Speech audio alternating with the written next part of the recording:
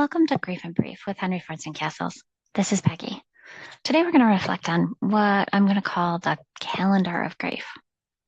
Now, we know that grief is definitely not linear. So why am I presenting a calendar here? As any new year or new month or even the new week ahead, we kind of take a moment to look ahead on our calendar. And if you go to the store and you buy a new calendar, you will usually see those pre-printed holidays on there. On mine, January's got New Year's Day, Martin Luther King's Day. February has Valentine's Day and President's Day. March has St. Patrick's Day and the start of spring, which should be a holiday.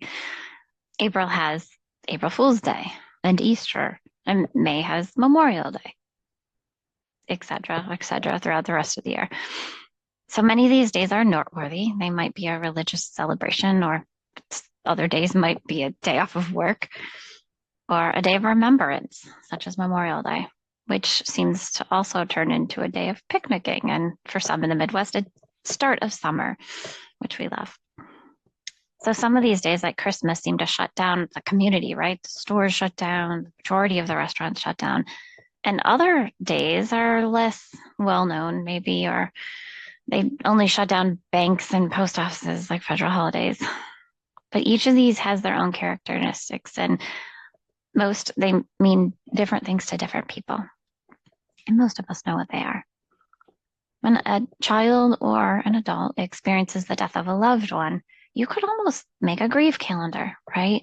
And some of those days are going to be on it. And some of those days are going to be grief triggers. So when we look at our grief calendar, how do we plan for these? Well, let's look at the calendar. Let's take Valentine's Day for an example. It's a time to celebrate love. And when you've experienced the death of someone, there's a hole in your heart and all those little paper hearts that are floating around. It's like someone just punched holes in them. So it can be a painful day for sure. And when we're talking about Valentine's Day and love, experiencing that without the person who you loved is not the most fun thing. And then you have that like family traditions and the religious holidays, like Christmas, for example. Like you've always gone to grandma's house and you ate the same meal and you did the same things in the same order. And now you're going through that day with all those same rituals, but without your person. And that can be painful and can certainly accentuate the loss. Or you see Mother's Day coming, for example, and think of somebody whose mom has died and how Mother's Day might be real bittersweet at that point in time. These are grief moments that kind of are expected when we see our pre-printed calendars. And then you have the days on the calendar that are special days, maybe good or bad, but they're not pre-printed on the calendar. Some of them are handwritten days, like birthdays and anniversaries. Or maybe your family took like the second week of July, you always went to the lake. That doesn't happen anymore after somebody has died. And that second week of July still happens, just the vacation doesn't. And so you remember that every year.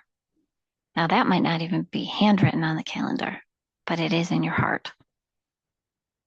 So, grief comes with kind of a need to reframe and reevaluate how we do things moving forward and how we work towards a new normal of sorts, a life without the person who died. For example, let's take Valentine's Day. It's a celebration of love, and death cannot take away love. So, what are some ways that you can celebrate the love?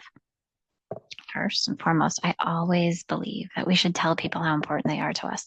Don't hold on to that. Don't save it for the eulogy at the funeral.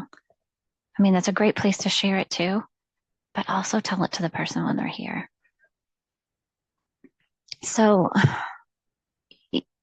when we can tell someone how lucky we are to be their spouse or their parent, or how much we appreciate their friendship or joy that they bring to our lives, or even how much someone has helped us to grow through something or get through tough times. Sharing love when we can and speaking that truth is such a vital importance, and it's such a vital gift, both for you and for the person.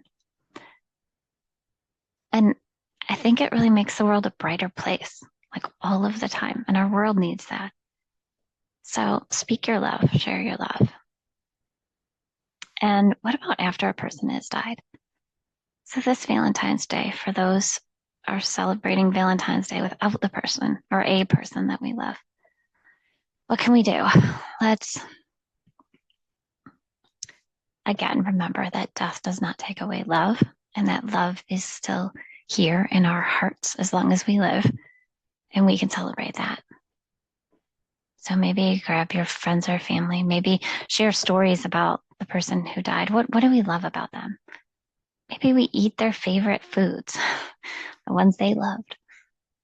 Maybe they volunteered, and I firmly believe volunteering is an act of love. And so volunteering for a day somewhere they volunteered. How can we honor and celebrate that love and have that love keep me bringing meaning to us? Because the love does not die. So let's honor and celebrate that. And if you're not the one grieving, but you know someone who is, send them some love this Valentine's Day. Share with them the importance that they are or the importance of the person who died. What did they mean to your life? Families that are grieving will appreciate hearing those stories on Valentine's Day and any day of the year, actually. So, overall, as we look at our calendar of grief, what is pre printed, what is handwritten, and what it isn't there, know that we never know what someone else is going through. Even if you are super close or live in the same house as them, you never truly know everything that's going through. So let's go forward with love and share love and celebrate love because love can bring peace and comfort and hope. Every person in the world needs it. So today I invite you to share love, love, to celebrate the memories and the impact that your person who has died has had on you and on the world, because death does not take away love. Take care.